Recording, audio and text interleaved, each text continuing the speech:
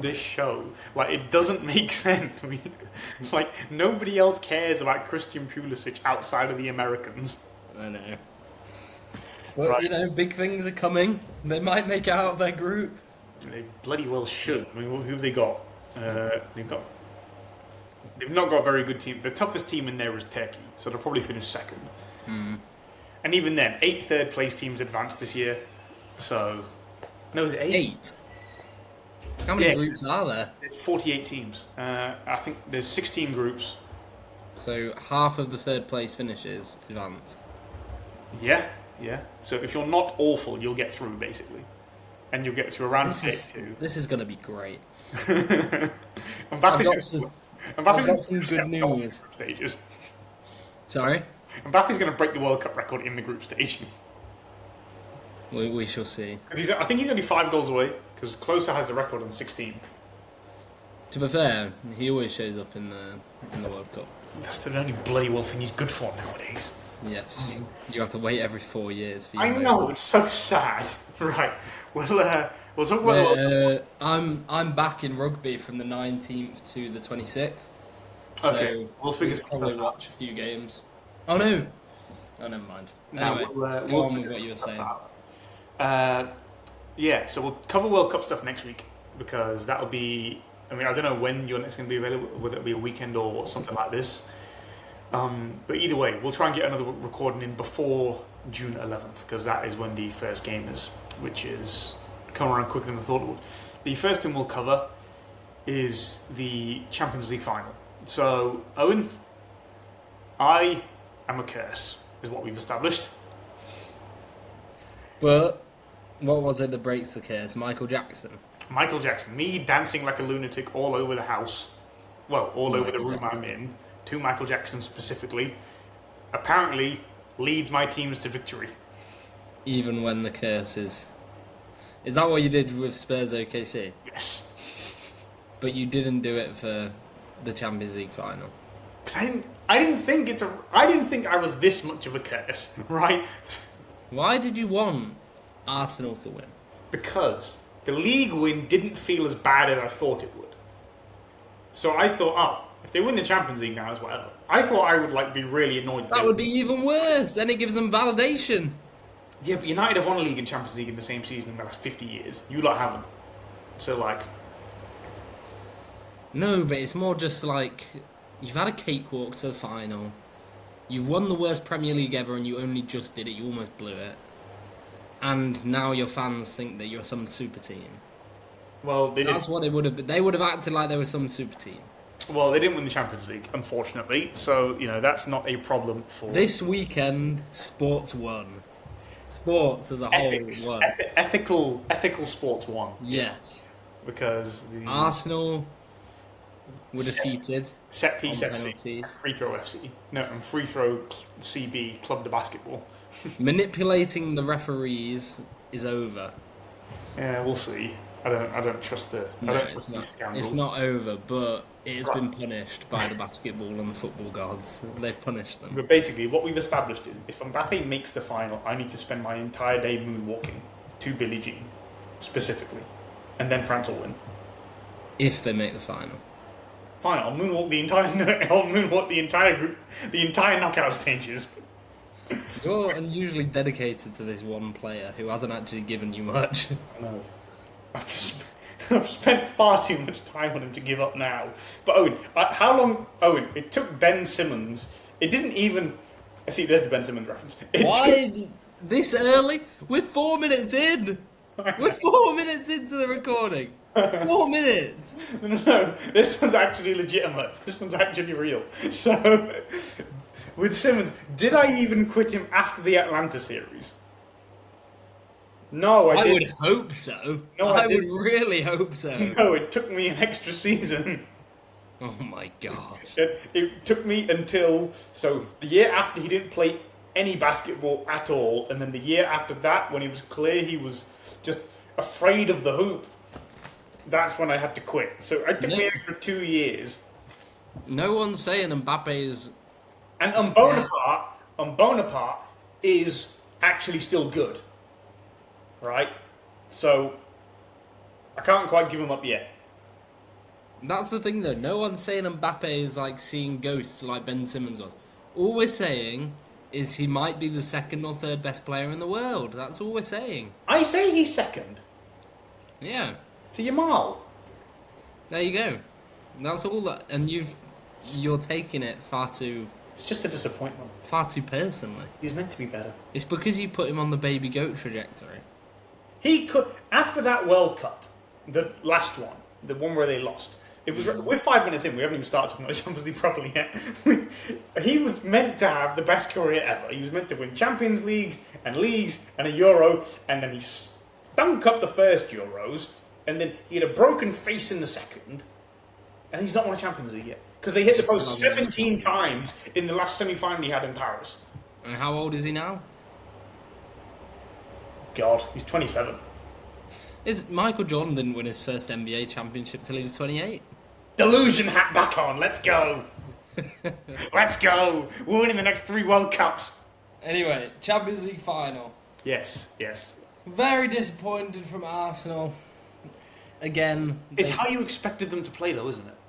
they realised that we're just not as good at this team. We're just not as good as them. So we're just going to do what we've done all season. There was none of this against Man City, the bold, high pressing. We know you can do it. You've done it. Again, it was just trying to scrape out a win. They got an early goal, which there was a Saka handball involved in that. So that was controversial. That was against his side. Anyway, who cares? But that was the... That wasn't a handball. Who cares? But that was their ideal situation. Get a goal early, park the bus. And luckily, PSG got that penalty back. And they won on penalties because Arsenal thought that they could stutter step their way to winning the penalty shootout. And Gabriel, for some reason, Noni Madueke, who was fighting Cole Palmer over a penalty when they were 4-0 up, didn't have the balls to take one in the Champions League final and left Gabriel, who apparently wanted to come in and be the saviour and score the 5th penalty, and he skies it. So... Yes, true champions. So, on the Madueke bit, yeah, I did find it disgraceful. Arteta did a good job of protecting his player by not baiting out that Madueke didn't want to take the penalty and saying that Gabriel wanted to take it, so fair enough, he did a good job there. On the actual game itself, yeah, that went about as perfectly as... Those first 60 minutes went about as perfectly as Arsenal could want to. PSG give away a stupid goal because Marquinhos does his annual tradition of bumbling over himself in the Champions League. He does it even last year he did it, but they got bailed out. Donnarumma just didn't have a seizure last year. So he's gone now. But I don't blame Arsenal for the way they played, especially after they scored early, because, I mean, PSG's attack is just too dynamic and too athletic and has too much technique for you to really play football with them. Like, at least Man City's, you can trust Doku is going to screw up somehow. Like, he was on a good run of form, but he's just a bit stumbly bumbly. He's just a donkey, isn't it?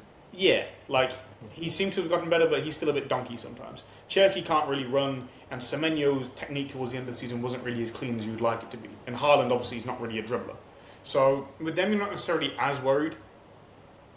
But the thing is that PSG have those 3 forwards, and they also have Neves, who's very happy to carry the ball forwards, and same with Vitinha.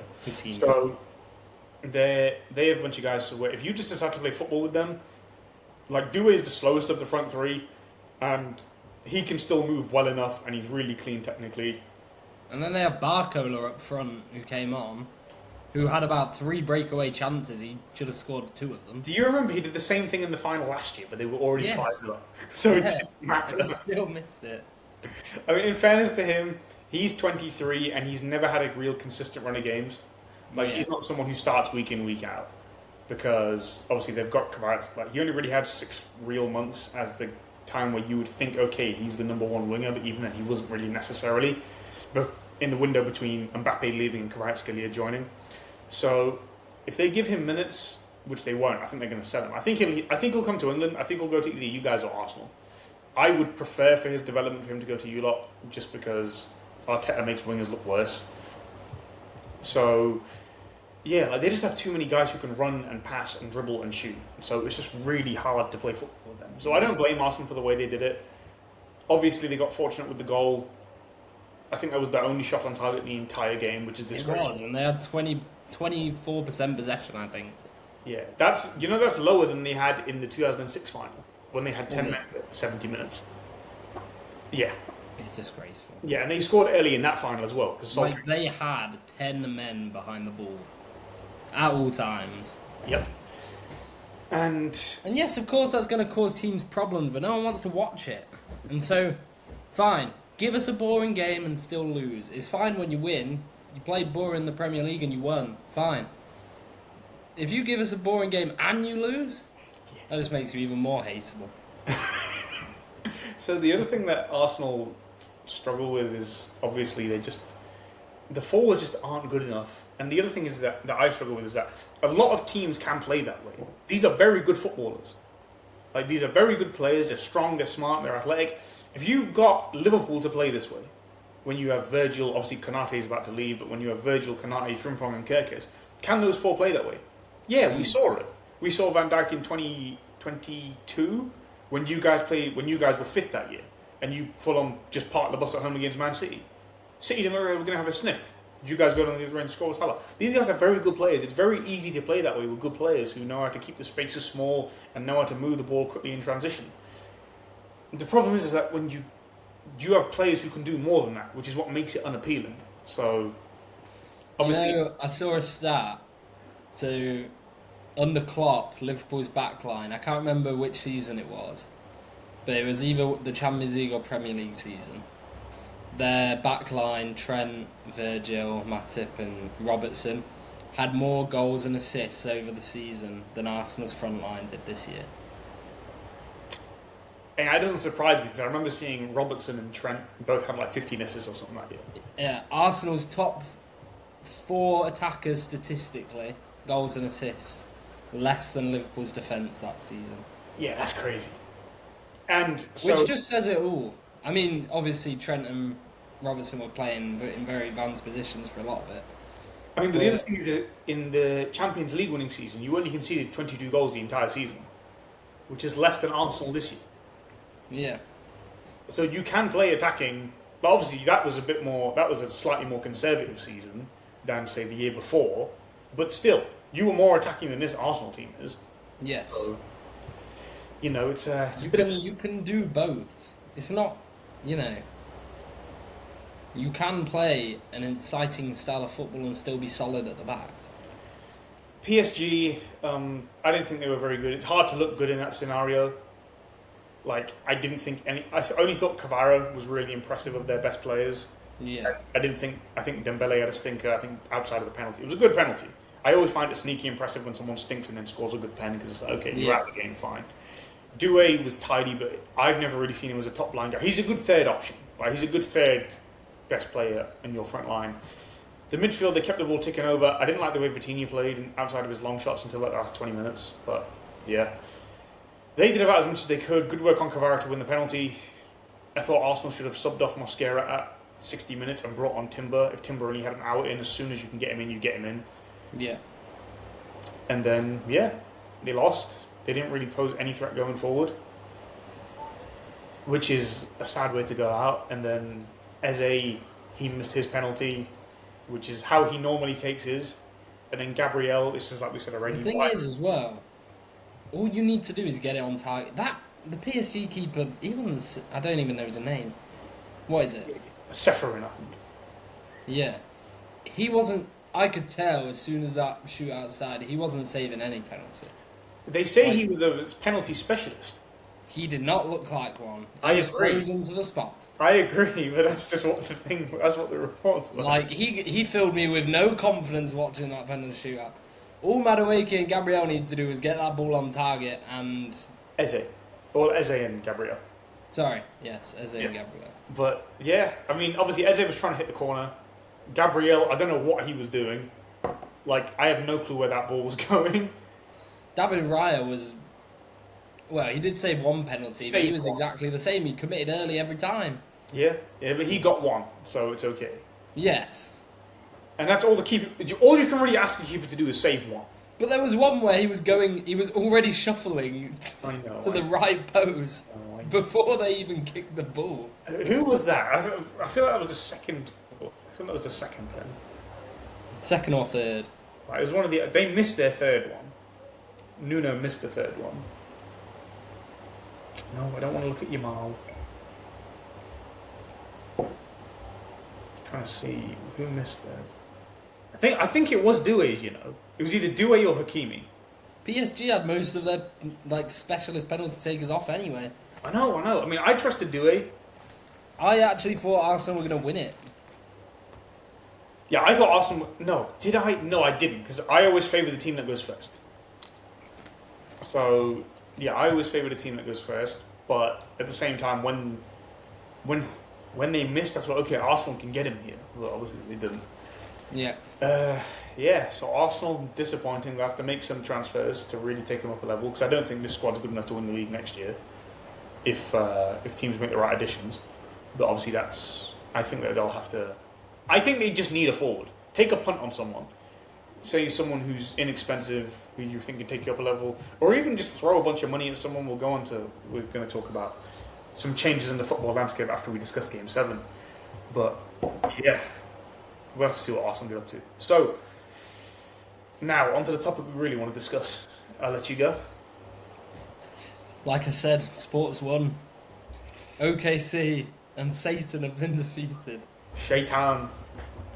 I can't believe I didn't think of that until now. Like, I thought of it yesterday when I was texting someone. It's like Shaitan Gilgeous-Alexander. I'll no longer have to hear Shea being compared to Michael Jordan, Shea being compared to Kobe Bryant, Steph Curry, Isaiah Thomas, Dwayne Wade. This is great. Like, he will continue to be compared to, I think, Isaiah and Wade, just because they didn't have the regular season accomplishments. Yes, he will be in that. But like we said, playoff basketball is different.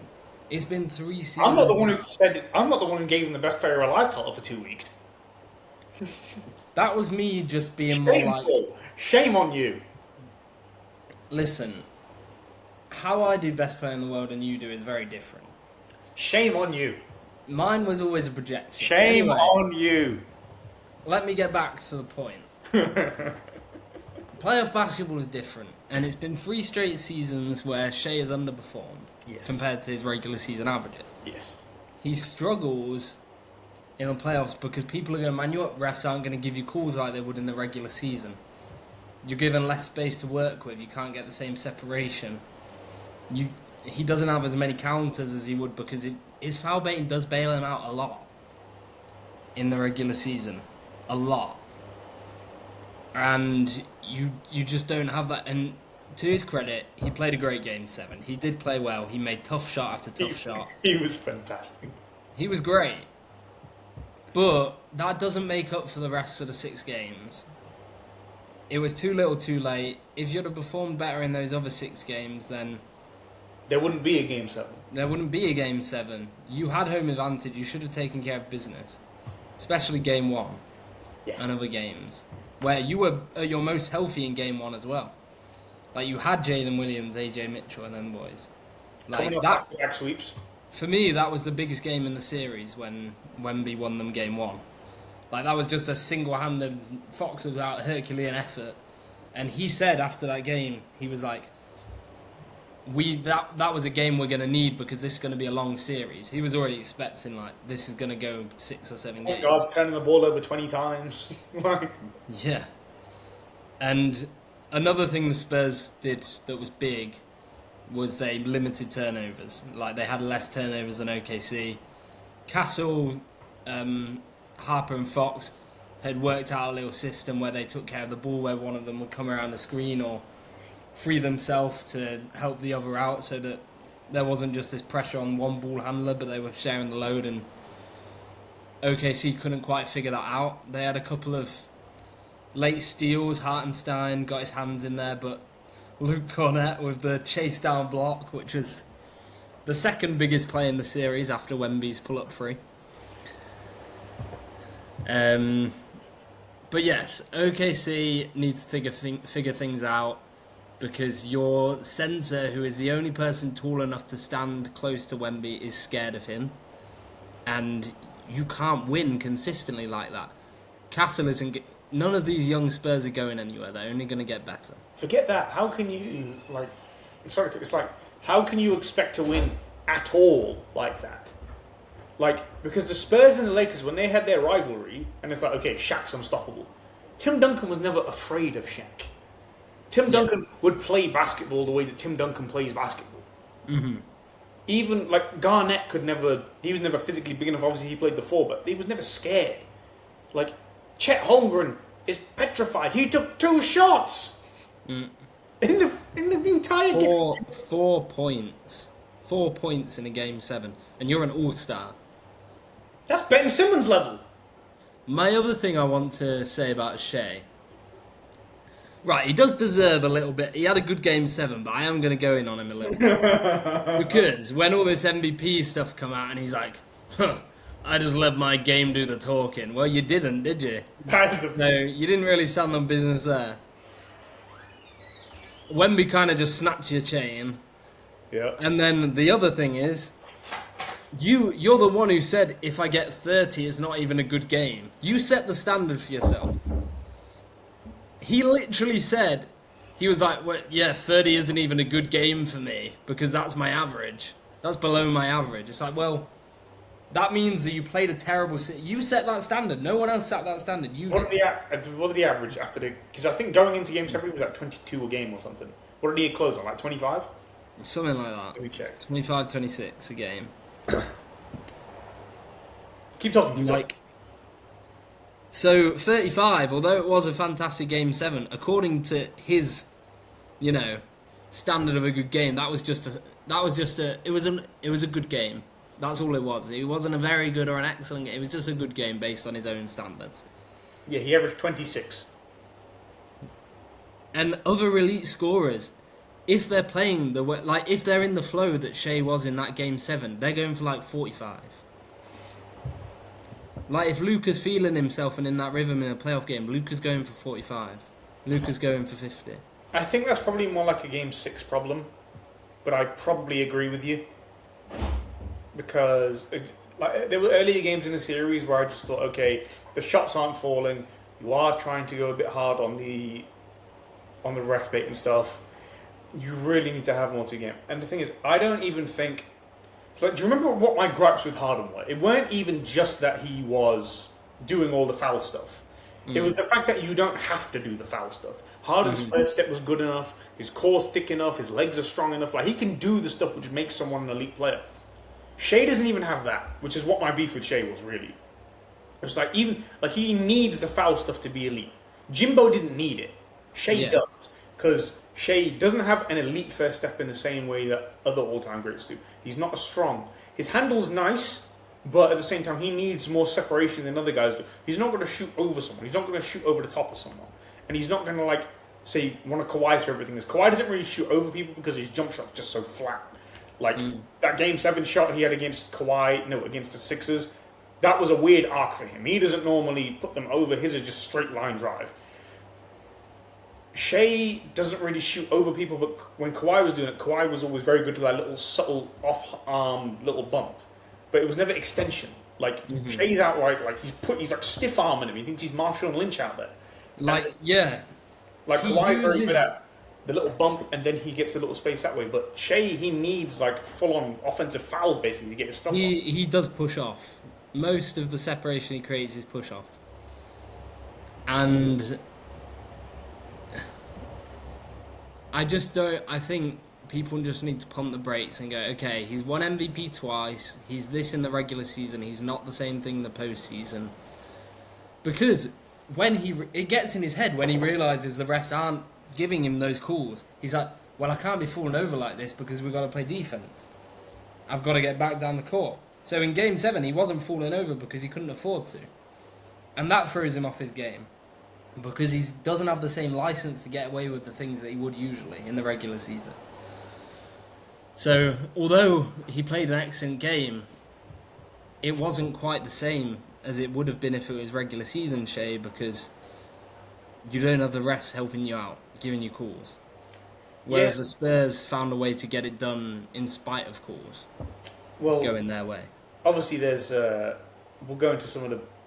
I don't want to go into the issues that I have with the Spurs and how they play today. I think that can be like a post-finals thing, just in terms of going forward. Regardless of what happens, by the way, we'll make predictions at the end of this. Yeah. But obviously, the Spurs found a way with them even sort of playing against the strengths that they have. Whereas, like, it's funny, like they almost like went antagonistically against the things that they're good at to a certain degree on the offensive end, and it still didn't matter. Like Wemby averaged like 28 and 12 on only 48% shooting, which is crazy because he's 7'6" and he shot 40% from three. Whereas Shea shot 40% and 28% from three, and Chet, like Shea, this is the other thing, right? Steph can get away with it because Steph doesn't have the ball in his hands constantly. This new age positionless nonsense needs to stop. Teams need actual ball handlers. Shea is not a point guard. I don't care that the ball's in his hands. He's not a point guard. He needs someone to get him into his actions, and he's someone who he's tunnel vision. Like even Luka can play point guard better than Shea, but Luka doesn't like to. Luka just likes to shoot. He can't manipulate a defense. He can find open guys on the perimeter, but he can't manipulate. It's different. But the thing it's is, a different skill. Doing that in today's NBA is the easiest it's ever been. Because people talk about, say, oh, the defensive schemes are so complex. Yeah, because you can't touch anybody. Like, you have to counteract with it because you can't touch anyone in the spacing. But ultimately, because the spacing, if you can beat your guy one-on-one when the defender can't touch you, now all of a sudden someone has to help over bing, bing, bash. Okay, there's a wide-open three-point shooter. So, look, Shea is clearly a top 5 player, but at the same time, it's like, it's just different. And you know when it's different, because when you watch Jokic and when you watch Wemby, and Luka's a bit hard just because he's not got anything. Like, at least Wemby has a defensive player of the year, right? And he is in the finals. Luka's just made the finals and he's just made a bunch of first-team All-NBAs. But it's like, even just when you watch these guys, they're not the same. Obviously, Giannis is a bit on the downtrod, and Giannis has other issues that he needs to work through, like ask a trade, for Christ's sake. But that's an entirely different conversation. But yeah, like, just watching Shea, he's not at the same level, and we both had the same opinion. You just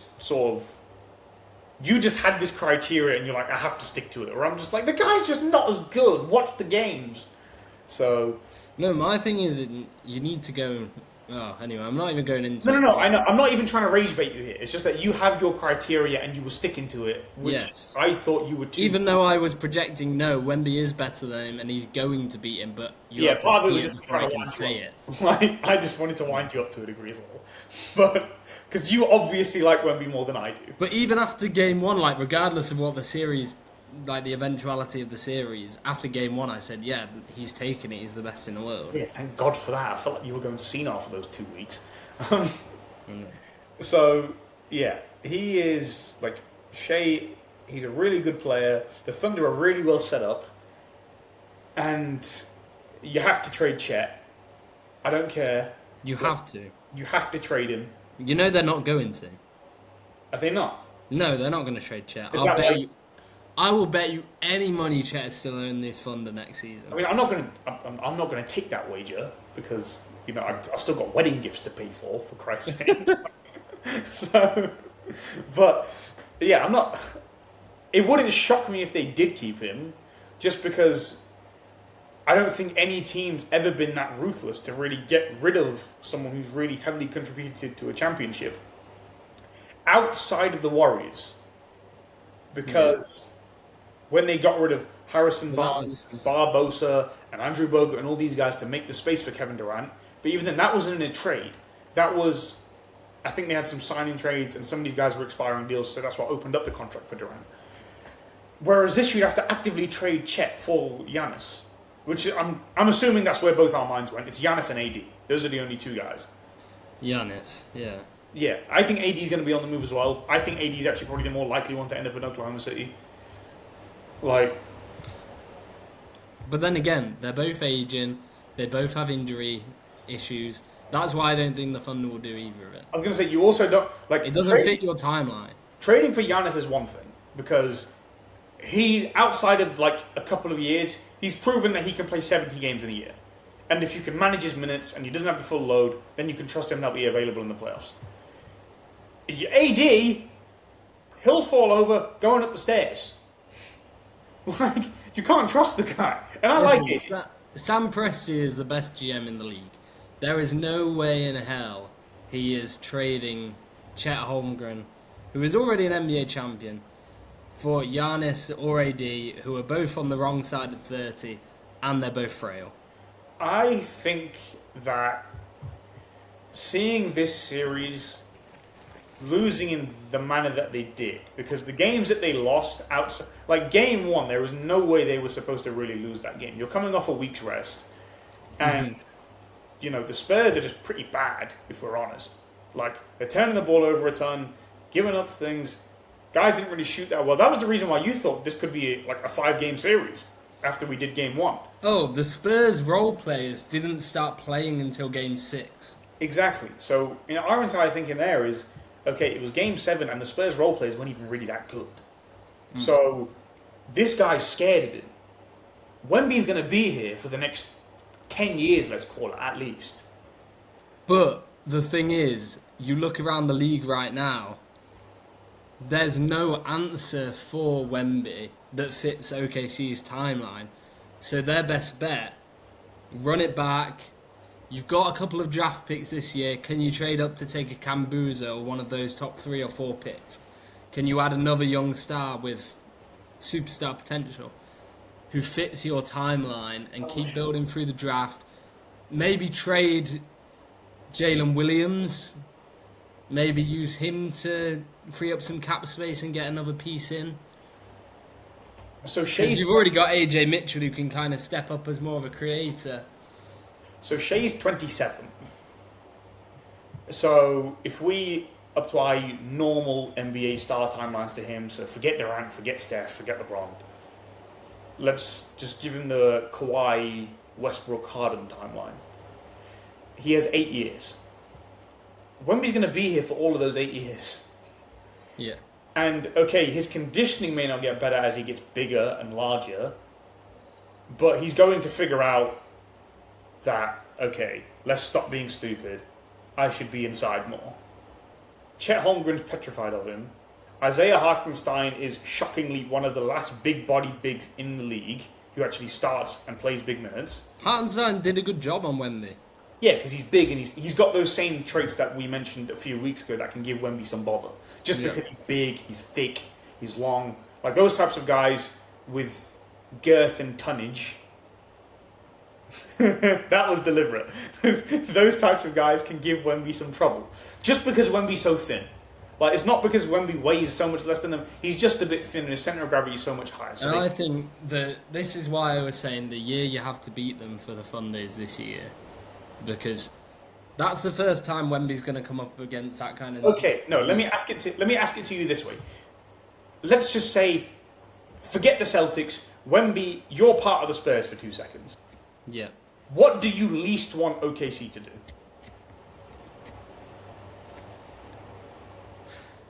Do you want them to keep Chet? Because I do if I'm the Spurs. Yes. So there we go then. There's your answer. Trade Chet for Giannis and rely on the rest of your draft picks so you can fill I think it's a mental thing because it's like because that must seep into the Thunder locker room as well. You're like, we know that this guy is like having mental issues and is clearly scared of the guy the other side of the court. And that doesn't exactly fill you with confidence when he's the one guarding the rim. He must have had about 5 to 10 dunks over Chet Holmgren during that season. he took his manhood. Yeah.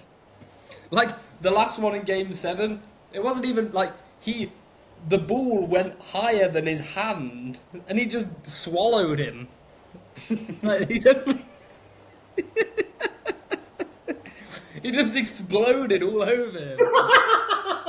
It's like, it's only a few inches smaller than you, and you're dunking like he's a child on a child's basket. Yeah, like, if I'm the Thunder, I would trade Chet. I don't care. Even if it's for, like, okay, Mobley's probably too small, because he's only 6'10". But you have to do something. Because this isn't just like it's not just like Wemby outplayed him.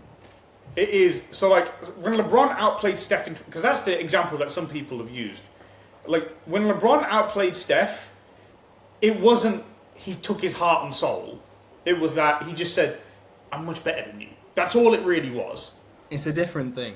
Yeah, LeBron doesn't. LeBron quite likes Steph. He doesn't hate Steph. No, they're good friends. Wemby has a parasocial hatred of Chet Holmgren. This is the difference between Wemby and LeBron. LeBron will be like, yeah, so let's go play golf in the off-season together with all the other... I mean, even Michael Jordan played golf with Charles Barkley. Yeah. This guy is... Wemby's like... Did you see him bump him on the way to the timeout? Yeah, he's a bit corny, and he's a bit of a tryhard, but at the same time, like... Because most of these guys in the league, even in the 90s and 80s, they were friends. Like Magic and Isaiah... somehow he does it with... Like, it is corny what he does, but somehow he does it without looking like a loser. Like, he does still have aura. No, it's because he's so... He doesn't do it with aura. It's because he's so good. No. When... In game one, you have to admit he had aura. Yeah, he had aura because of the play, not because of how he was behaving outside. Owen, he's 7'6" and gangly. He looks like Slender Man. He doesn't have aura. That's why he does have aura. If you're in the same room as him, standing there with his hands on hips, looking up at the OKC Thunder crowd, that was a pose. That was aura. Have you seen the Mbappe Wemby pic? No. It's so funny because Mbappe's not even 6 foot and Wemby's 7'5", and Wemby's like Mbappe's here and Wemby's like up there somewhere. Oh gosh. So yeah, Google that clip to anyone who's watching. Like it's actually it made me chuckle. But no, listen, if I'm the Thunder, I'm trading Chet.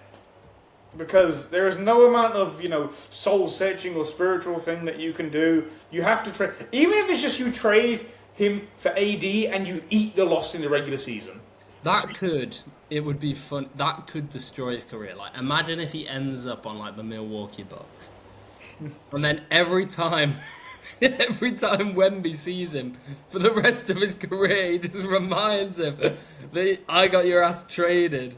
To Milwaukee. After one series, and you have to rot here for the rest of your career. I think from Chet's point of view, the nicest trade for all parties involved is probably Washington. But Chet for AD is just too much. Like, the Wizards would have to give up AD and picks to get Chet, just on the value of age, because AD is only really good for 50 games a season now. I think my whole thing is I think they need to find someone. Listen, the Thunder are already like out of all the teams in the league, they were one of the most equipped to guard Wemby. What's the Thunder's cap situation for the next few years? I'm looking now. I'm just getting up Spotrac. Oh no, we can do it on basketball payroll. So, next year their payroll is going to be $250 million because Chet's extension kicks in. They would win now because Isaiah Hartenstein and Lou Dort are on a team option. We'll see if they extend them. Those are probably the biggest contracts that they can actually dump for next year. But Alex Caruso's tied up for the next 3 years. Holmgren's tied up for 5. Where's Jalen Williams? To be fair, if you trade Chet for Giannis, you would have Hartenstein, Giannis, and Jalen Williams. And Jalen Williams is $42 million next year as well. What, J-Dub or the J-Dub. So Shea's on 40 next year. That's why I'm saying they need to trade one of those three. One of those two, Jalen Williams or Chet. That's what I'm saying. Like, you're in win now mode anyway. So if you I don't mind. Like, I would trade. You probably trade J-Dub for like a backup center and rotational pieces who are legit good. And then someone thick. Yeah, and then you trade Chet, but someone who can shoot as well. Like whoever your Brook Lopez equivalent is today. Yeah. And then you sign, then you trade for Giannis, and then you make your team that. So, I don't know if you can hear that. My mum's got Michael Jackson on in the background coming down the stairs. Runs in the family. There's no games on, so there's no point in me dancing. So, yeah, it's... What I think, though, is the Thunder had... Jalen Williams did a good job on Wemby in Game 7. He was like a +10. and Hartenstein was good on him all series. You already have two bodies you can throw at him. Yeah, but Hartenstein also has. They also owe Hartenstein $30 million next year.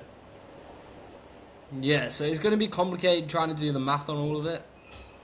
I mean, you don't even have to trade J-Dub, but just keep J-Dub, trade Chet for if it's Chet for Giannis, you do Chet in pieces. If it's Chet for AD, you get AD in draft pick. Simple. Yeah. Because what's AD's contract? Let me see. I think he's in his last year anyway. So if you get a sign and trade deal.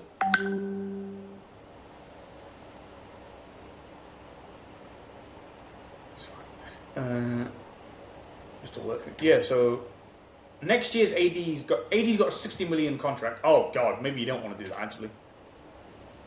He's 60 million. This is the Thunder situation though. You either have to commit to building around those three, which I don't think they're good enough to beat the Spurs big three for the next however many years. Well, even then, the Spurs you can because they've got so many good players. You've got Castle, you've got Harper, you've got Vassell, you've got Fox. Fox will probably go at some point still, and then you've got Wembanyama. Like that's 5 legit good. Obviously, that's four smaller players, but you still have Champagny. You still have Harrison Barnes for however long he's going to be there for. Keldon Johnson. Keldon Johnson is a serious player. Like I've liked him since I think he came in the league either LeBron's first or second year in LA, and I really liked him right from the start just because he's big. He's Carter Bryant, who's a rookie. Yeah, the crybaby. Like he's a good player, and he's just Cornette. soldier. Luke Cornette. Like this team is legit good, and it's like the Nuggets' problem was always that it's just hard to build around a center who can't defend. Yeah. And it's also hard to have a point guard who can't defend. The Bucks' problem, they just blew it up too early. They should have stuck with Drew and Middleton. They'd have been fine. Or even just trade Middleton for another. And if you're going to have a big and a small guard who are your main offensive and can't defend, you need to do what the Knicks do and get long, rangy wings. Exactly. And they never did. They only got Aaron Gordon. And look how good Aaron Gordon made them. And then you had the Boston Celtics, who they're still set up quite nicely, but even then, we'll go on to that another time after the season, because then we'll discuss postseason ramifications fully. I think you guys should get in the Giannis sweepstakes. Brown for Giannis. Yeah. Don't know how you feel about that. I mentioned it to you briefly in... I feel pretty good about it. Yeah, when we were together in Spain, you weren't sure, but I was like, nah, do it. And now, obviously, last year's Thunder, they're still set up to contend, but I don't know what you do with Wemby. Like, really. Especially when he figures out what he's actually good at. Because right now, he's still in that dump. That's the thing. You haven't beaten him this year, and this is first postseason where he's still figuring it out. He's still next year, like Jack going to go the game. Yeah, he's going to go into the off season saying, right, this is what I need to work on. This is how they're guarding me, and he's going to dedicate the whole off season to figuring that out. This was his first postseason, and you lost to him, and that was before he's probably 60-70% of what he's going to be. And even then, so like Owen, I hope you don't mind me saying, Owen was crashing out after Game 5 because Wemby was taking so many threes. He said, I quote, "Why are you dancing around the perimeter?" He was so angry. But like, shaking his head, he's so disgusted. So it's true. Yeah, like that's why I didn't think you'd mind me saying it. Like, actually, like it was so because it's like he's not even doing the right things yet. When he does the things he's good at, I don't know what the Thunder do. So that's why I think you just have to go out and you trade for a big body who's got some wiggle in him. And those are only really AD and Giannis, because AD's 6'11" and Giannis is 6'11" as well. And AD's a bit more wiry, but he's a bit more nimble with his footwork, and Giannis is obviously just a truck. So yeah, we'll have to see what goes on there. So we spent longer than I thought we would on this segment, but I had good fun. So we'll quickly do finals predictions. How quickly I think we're both picking the Spurs, but how quickly do you think they'll win? 7 games. You're not just doing it because of the corgi, mate. Just in the corgi. It worked last round. So, right, for everyone who doesn't know, there's a corgi who predicts the playoff series online, and it got every single game of the Thunder Spurs series. You got the game right as well. Wow. You got it in the right order. Wow. Okay, I didn't know that. In the exact right order, Spurs in 7. and he didn't get one game wrong. And I was telling Mussy all series long, trust in the corgi, trust in the I mean, corgi. he got rather disheartened when I told him that the corgi said the Lakers would come back down from 3-1. But Yes. But after game 5, when OKC were 3-2 up, I said to him, just trust in the corgi. It said we're going to win the last 2. do you have And what any happened? doubts going into Game 6? You what? Did you have any doubts going into Game 6? You know what? So usually, I feel a lot of anxiety watching teams that I want to win. But it was really weird. After game 1 of that series, I didn't feel any anxiety watching the Spurs. I just felt like... Not that I knew they were going to win, I just didn't feel nervous. It's hard to describe, but I kind of knew they would win, but I kind of still was like, I don't know. I think it's because Shea had played so bad that it was like, well, I can say Wemby's better anyway. Yeah. Yeah, I thought the Spurs would win a close game in Game 7. I didn't think for a second they'd lose Game 6. Like, I thought they're winning Game 6. Oh yeah, I was confident that it would go 7. My prediction, I think the Spurs will win in 6. I think they'll win in MSG. That would be sick if Wemby won his first title in MSG in his first postseason. I also just think that whoever's leading going into Game 6 is going to win the title. Like, if the Knicks can steal one of the first 2 games, and if they just steal either of Game 1, 2, or 5, and they win their home games, they're not losing in Game 6, I don't think. So I think it's going to be a tough 6-game series. Shall I tell you exactly how it's going to go? I don't want to see this bloody corgi again. No, I'm telling you how it's going to go. Game 1. Owen, I can see your eyes. Show me the phone screen. Owen, show me the phone screen. Yeah, I don't want to see this bloody corgi. Get it off. The Knicks will go up 2-1. And then the Spurs will even the series 2-2. Who wins Game 1? The Spurs. And then the Spurs will win Game 5.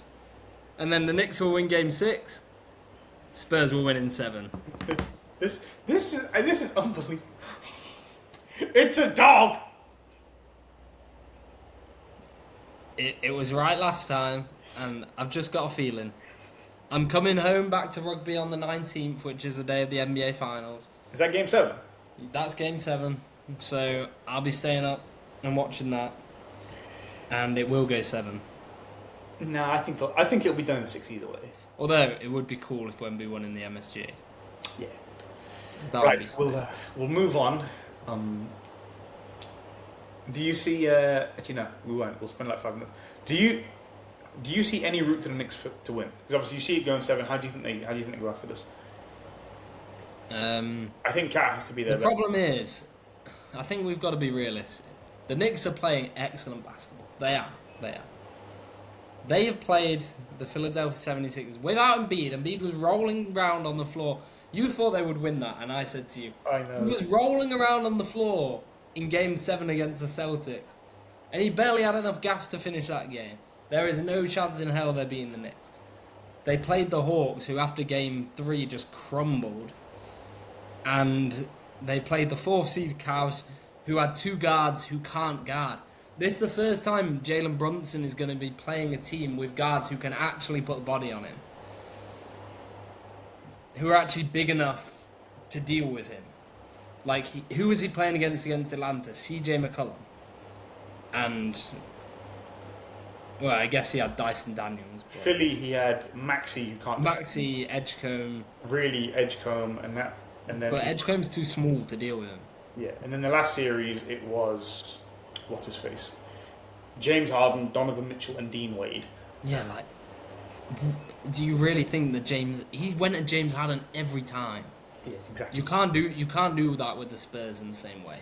They're too good in the perimeter. I think Cat's going to have to be their best player.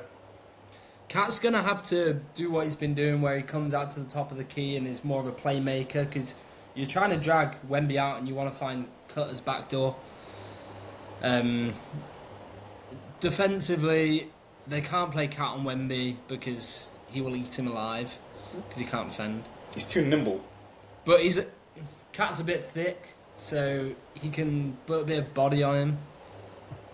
I'm guessing OG Anunoby's going to be guarding Wemby for a lot of the time, which he's just too small.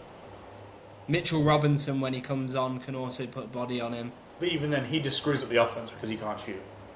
Yeah, you just put him at the line every time, so you can only play him limited minutes. Yeah, I don't see much of a route for the Knicks to win outside of Brunson having some crazy historic shot making and Cat playing the best basketball that he will ever play. Now, in fairness, this has felt very magic carpet ridey for the Knicks as well as they have been playing. So maybe that can continue. You know, all their role players are shooting really well. They are just generally a really good team. But I don't think they have enough to win, but I think they can win a couple of games. But it goes back to everything that everyone was saying all year. Your best players, your best big and your best guard, both can't defend. Now you're playing a team who is actually going to cause you issues. Like, this isn't a 30-plus-year-old CJ McCollum. It's not an injured Embiid. It's not a James Harden Game 6, Game 7 woes, even though it didn't even go that far. Like, you are playing some serious players, and they are just as aggressive as you. They have wings who are just as athletic. No one really has an answer for Wemby, so I think Wemby needs to play more inside. Like, I don't want to see him playing like a guard at all, really.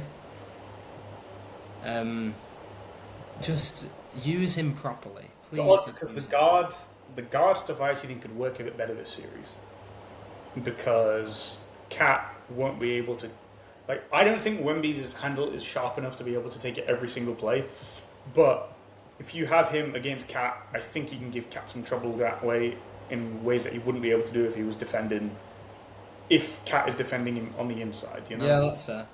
So I don't know, it'll be interesting wrinkles. Mike Brown's also a very good defensive coach, and the offensive coach and the offensive side of the ball is very good for the Knicks. So it should be a good series. It'll be a tough, entertaining series that I think gets wrapped up in 6. I wouldn't be opposed to a Game 7, obviously, but I think 6. I think it's just good for the sport as well. The Knicks in the finals is good for the sport. It's a repeat of the NBA Cup in the regular season. I also hope that we get a bunch of close games, though. Because sometimes we get 7-game series where it's just a bunch of blowouts. Yeah, like there are a few of those last series. But you'll have all the celebrities on the front row in the MSG. You'll have all the famous Spurs legends there in San Antonio. So it's just going to be a big, not just good basketball, but a big event, which is going to attract a lot of viewers and attention. So we'll go back to football now, briefly, because I think you said 7, I said 6. And overall, Owen has been proven right in a conviction he has had since... Also, before we move on to football, yeah, can we just say how right I was? That's what I was giving you your props for. I'm surprised I sent you a voice recording back in January. Wait, was it December or January? Telling you how the Spurs were going to knock off the Thunder. It was in the winter, and if you came to me with it, that means you probably had it in your mind from like October time. So exactly. I just, these things, when I know them, I just know. I just knew I was right about this. Let me see if I can somehow find this. I just knew I was right. I think you sent this on WhatsApp as well. Yeah, it was WhatsApp. Definitely WhatsApp. Yeah, because we've only been using WhatsApp for a while now. So. I think it was January time. If you can find it, I would love to hear it again. No, so I can't specifically search for a voice message in our chat. And let me see.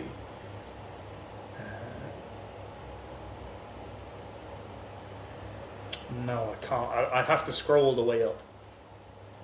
Which sucks. That's really annoying.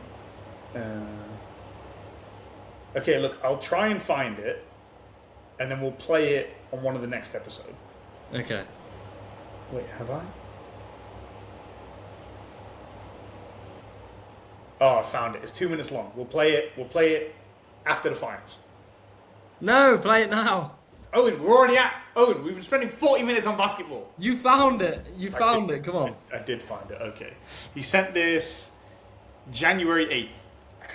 I know you haven't watched much basketball. He's walking in the bloody street. I was thinking about it. Well, ever Can since you hear over this? Christmas when the Spurs beat OKC 3 times in a row, I was like, you know what this reminds me of? I'm going to speed this I up. don't know if you were listening to first things first, last playoffs for basketball, but Nick Wright, he was saying how the Knicks had been built to beat the Celtics. So all the pieces were like, okay, well, we're not quite as talented at each position, but we're going to play harder, and we believe that our star player in the clutch is going to be better. And I think Spurs is the same with OKC. Like, OKC have got a bunch of wing guards, and the Spurs are doing exactly the same thing, and just building themselves to match OKC, but then they're just trusting that they're going to play better as a team, that they're going to work harder and be better in bigger moments. So I think it's the same thing as with the Knicks Celtics last year, where the Spurs are being built basically to match OKC at every position. Like, you got Shea and you got Fox, you got they've got like 3-4 other top guards, the Spurs, and so have OKC. For their Jalen Williams, Spurs have got stuff. Right, can we stop now? You've proved your point. And then obviously Wemby's way better than Chet. But obviously, That was January. Cogent basketball analysis. January 8th. I was in the gym. I remember- January 8th. That's cogent basketball I remember analysis. clearly. Cogent analysis. I'm a prophet. Clearly. And I'm a curse. Yes. And Michael Jackson saved the curse. Now pick the Knicks. You know what? No, you're not as much a curse as Nick Wright is, and he's No. So mine is emotional investment as well. Like, if I get some emotional investment into a game, that's Yes. when the cursing happens. And you only had the emotional investment because you hated the Thunder. It wasn't because of how much you loved the Spurs. Yeah, more so that I don't really care for the Spurs anyway. Like, Wemby's fun, obviously, but Like, don't I feel like you're not emotionally invested in the finals as much as you were in the conference finals no, I'm not, because I don't mind either team. because of Yeah, like- Shaitan. So the curse isn't going to impact. So there's not. Shaitan. So I'm not going. So I'm not going to need to moonwalk or spin or crotch grab or anything like that. Just around the living room. So right, we'll go back to football now. We'll just spend about 15 minutes covering some early changes. So Pep's got. We'll just spend we'll try keep it 2-3 minutes per each. For the ones that aren't related to Liverpool, because I imagine you want to go a little bit further in on that. So Pep's left. Enzo Maresca's in. Why Enzo? I don't know. I quite liked him at Chelsea before it all kicked off. I think he's a bit of a nerd. Yeah, but they're all nerds these days. Yeah, I guess. I guess he's won stuff for Chelsea. Like, he won the Conference League. Like, I quite liked him. I thought he was good. It was more internal issues, wasn't it? Not their performance. Yeah, I just think he's a bit strange. I also don't think that the dressing room is going to take him seriously. Because they're just... Because he used to manage some of them. Well, not manage, but he used to deal with some of them at City before he left. Because he was Pep's assistant. I think they're just going to see him as Pep's T-boy. Yeah, at least he knows the system. You know, they will be familiar with him. I don't think they're going to win the league for a few years now. I think agree. they'll have a bit of a hangover. Because the City team is not where it was. And a lot of them are aging, like Rodri, Bernardo Silva. Yeah, it's not like Slot when he came in for Klopp, where the system was already in place, like these foundations were in play, and Van Dijk and Salah were still clearly very, very, very good. We're still both elite, yeah. Yeah, and Although Rodri... people were saying that they were done before that year. No, so they were, I remember clearly because of the year before, but I remember watching the season Klopp's last season, I was thinking these two are fine. Like, Yes. Liverpool aren't going to be bad. Van Dijk I never thought they were done, but people were saying it. But I didn't think you'd win the league, but I knew that you lot weren't done just because Van Dijk was still imperious at the end. Well, the whole of 23-24, and then Salah was still really, really good. So I didn't think you'd be done. City, I think, could go the other way. I think they're going to rely more on individual talent, like Cherki and Haaland, more so than they did at any other point under Pep. But we'll have to see what goes on. Yeah. They'll be fine. They'll still make top four though, just because they've got too much talent and they can spend. Yeah, they've got, build around Cherki and Haaland. I think those are your two big cornerstones right now. Yeah, we covered Arsenal. we can do some more transfer stuff after the World Cup for them. United have hired Carrick full time. I don't know if we covered that last time. They seem to be in the market for Edison from Atlanta. They've already signed him, haven't they? I think that's almost done. Like, it's not official, but it's pretty much Fabrizio's confirmed it. I think they'll sign. I think they're going to get one of the Real Madrid exits. I think Tchouaméni and Vinny are both going to leave Madrid this summer. I think there's a 30% chance they get both.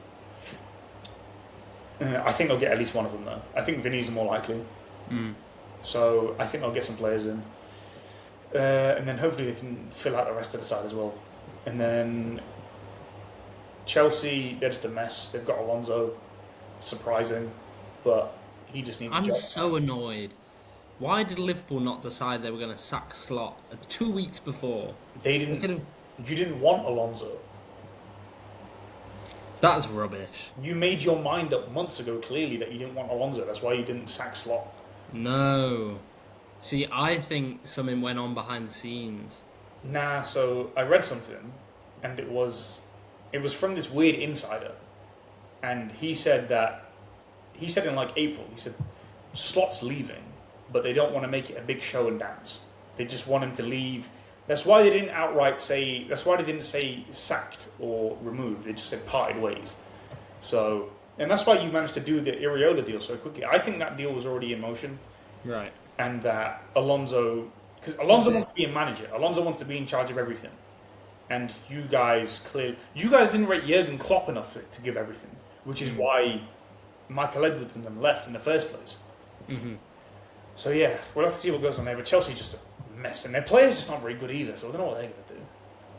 Yeah, it's not. It's more just Alonso being like, this is the only big team who will take me right now. Yeah. For Liverpool, no. Do you want to come? Barcelona signed Anthony Gordon. And they're acting like he's like the second coming of Messi. The way they're look, don't get me wrong. giving him PR. He'll be a fine player for them because anyone next to Yamal who runs off the ball looks good. But His Spanish is amazing. yeah, I was listening to his Spanish in his interview. Like, he's got the accent and everything. Like, he must have been learning since he was a kid. he did a Trent. He's on Duolingo too. No, because Trent's was worse because Trent's was still a bit broken. Yeah. Barcelona got him. Bayern. There's not really any other major story, I guess. I guess there's Tommy at half 11. And then it's just really Madrid and Liverpool left. So you've lost another player to Madrid for free. Canate. Who said he was gonna? Well, this is why I think something's going on behind the scenes. Canate said he's gonna sign. Liverpool were saying we're going to keep Slot. Slot was saying in an interview, I'm going to stay. Clearly being told that by the club. And then Salah comes out with this big Twitter post about dressing room problems. And then during the game, Curtis Jones doesn't even celebrate his goal against Brentford, which he's a Scouser and he doesn't even celebrate in front of the Kop. And then there's been some reports of dressing room outbreaks and Slot losing it with players. And Kanate's like, right, I'm up out of here. And then Liverpool go, right, we're leaving parting ways with Slot and we're hiring Iriola. And I'm like, I think something's gone on in the well, clearly the whole season things have been going on in the dressing room, but I think there might have been a big outbreak and it's just been a bit of a chain reaction. I think they made their mind up Slot was going to go in April. As long as you get your Champions League, they weren't going to sack him before the end of the season. And then they did a mutual consent thing. He gets to go back to Holland. Konate, I think he saw the backlash Trent got, and I think Madrid also just didn't want to sign a centre back last summer outside of Huijsen because Huijsen's really good on the ball, which is a stupid reason to sign a centre back, but if they can't defend. Yeah. But regardless, and then they would just say, okay, Konate will come after you next year if you don't extend.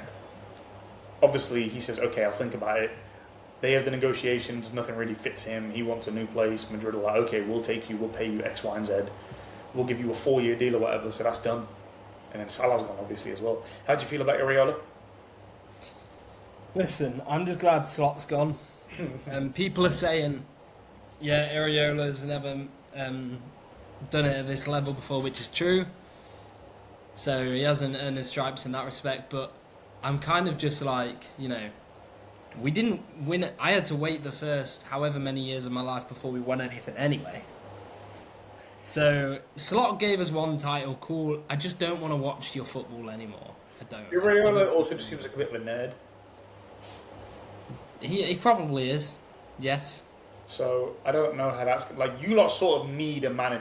His football's quite intense, but he plays intense football, counter-attacking, high pressing. He's clearly able to elevate players the way he's done at Bournemouth, even after Semenyo leaving, and them still competing in Europe. And he has a history of doing it. Like he was at Rayo Vallecano in Spain, who were a second division team, and he got them to the Copa del Rey semi-finals twice. And I think he got them promoted, and he did the double over Barca in a season. So like, he legitimately everywhere he's gone, he has had success. And the way that he coaches, his personality is more Liverpool than Slot. Slot was just a bit of a misfit in that as soon as he arrived, people were kind of questioning, like, he's too much like a business manager. Yeah, he's a bit distant, isn't he? He's a bit distant, he's a bit stoic, and it's like Klopp was more personable, and Iraola seems, he's more nerdy, but he seems more personable and warm. So I'm willing to let's just see how it goes. Isak will have the World Cup, and the players will have the World Cup like Wirtz and things to get into match fitness and the pre-season. Let him bring in a few signings that he can develop. We don't need to get any world beaters. We just need to fill positional holes, like getting an Adam Wharton holding midfield.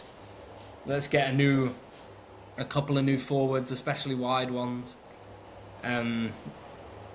Maybe he can get Kirkes going again at left back, because that was his coach there. He was at Bournemouth before. Obviously, we need a new centre back as well. So we do need to fill some holes, but get some young players in that you can develop. Give the big stars their time, and I just give him this season and see how it goes. And then I just don't want to watch Slot play football anymore. That's basically where I'm coming from. Fair enough. I like the Iraola hiring. So he's very intense, very sharp in terms of the way they play. Get the players fit again, which is obviously what the big thing was under Klopp. The reason why last season didn't go as badly is because of the fact that they still had the carryover from Klopp, so they were still super fit. Mm-hmm. And so the fact that Slot wasn't training as much didn't really impact anything. So, yeah, I think that you guys will get back in shape. You just need good players. I think Van Dijk will still be fine next year. He'll help with the transition with the dressing room. Mm-hmm. I don't know. I mean, apparently McAllister might be on his way out, so that might be a loss for you. But then I guess if you get Wharton and you move Gravenberch up, then you've got midfielders anyway. Mm-hmm. So you've got... and then the forwards is the main thing. Obviously, you need your goal scorers. Gakpo's probably going to leave. Isak, Ekitike, they're fine, but you also need wide guys if you're going to stick with this 4-3-3. Take Gakpo. Take him wherever Slot is going, take him. He can go with him. He can be his babysitter. I don't care, just take him. Ekitike is not going to probably play until around March next year, if at all. Isak will be fine. Wirtz, we'll see what happens with him. And then you'll just need a couple of forwards. Like, I don't know what's going to happen. Like, Elise seems like the big candidate for all the big clubs who want a forward. And the other one... Well, Bayern are adamant they're keeping him. Yeah, but Bayern are always adamant. And then... It's true. We're looking into, Diomande. Yeah, he's the one I was about to mention. I don't think Elise... Leipzig he plays for, either that or Salzburg. I don't think Elise would go to you anyway. I think when he leaves Bayern, it'll be to Madrid. So, yeah, I think Diomande... maybe either that or Barcola. Someone of that ilk. Barcola, I think, is definitely on the board, and he'd be a lot cheaper as well. Because they only paid about 40 million euros for him when he signed there 3 years ago. Yeah. 40 to 50. So if you can get him for, say, 60 million, just by the virtue of the fact that he's older, he's played more games, he's less of a prospect now, and Iraola can get him scoring goals, then you'll be in a good state. And he'd be good for Isak as well, because he likes getting on the outside, he likes crossing the ball in, he's very good at cutbacks, he's very nimble, he's happy dribbling in tighter spaces. And he's a top athlete as well. Like, the way he moves is crazy. So yeah, Barcola and Diomande are probably the two guys that come to mind. And then we'll see what you guys can drum up elsewhere. So I think we'll wrap up there because Madrid is just a circus. I don't really want to talk about them at the minute. I could say one thing today, and then next week it could be a totally different conversation that we end up having to have about them. So yeah, we'll wrap up there. So game 1 is tonight, and then we have 2.5 weeks just of NBA Finals coverage. So next week we'll probably. Oh, did you want to do the England squad briefly? Did you want to mention that? We can maybe just cover World Cup squads going into it. Yeah, that's fine. 'Cause I know. Sorry, I mentioned it. I just remembered. No, you're good. So yeah, we can cover that next week because next Thursday is the beginning of the World Cup, which feels insane. And I think it's starting a week early this year, just because it's been 8 years since I last watched the World Cup. Yes, you were. Which feels crazy. You were deep in the trenches in Paris. Yes. So yeah, we'll see what happens, and we'll make our World Cup predictions next week. In the meantime, we'll talk to you next week. Bye bye. We'll see you then.